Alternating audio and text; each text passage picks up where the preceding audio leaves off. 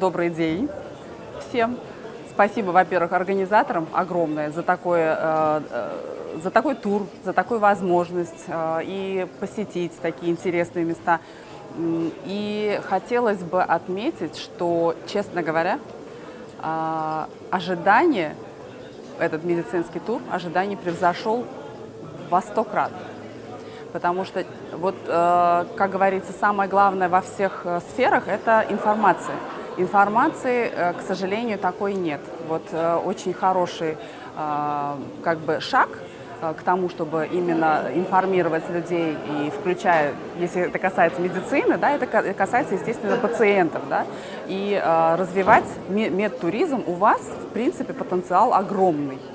И вот хотелось бы еще отметить, что раньше у нас было понятие немножко другое, искаженное, и о возможностях в Казахстане, и о возможностях специалистов вообще здесь, именно в Казахстане, и в частности в Астане, конечно. И, конечно же, после этого тура, после посещения всех этих центров, и онкологический центр мы посетили, центр нейрохирургии мы посетили, многопрофильную больницу, просто в шоке.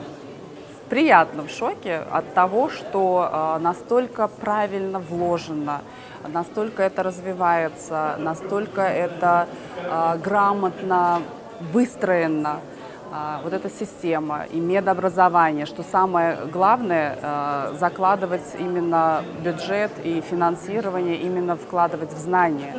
И мы это увидели вчера сами, и сегодня тоже. Вчера мы посетили университет имени президента.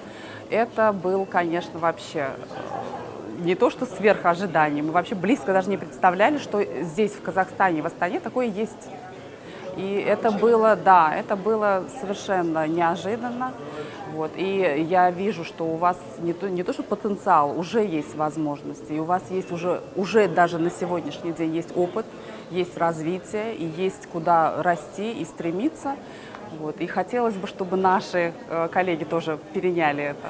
И очень впечатляет и инфраструктура, насколько все продумано. Вот могу отметить, да, это вот идея просто шикарная с этими. Дом министерств, да, называется?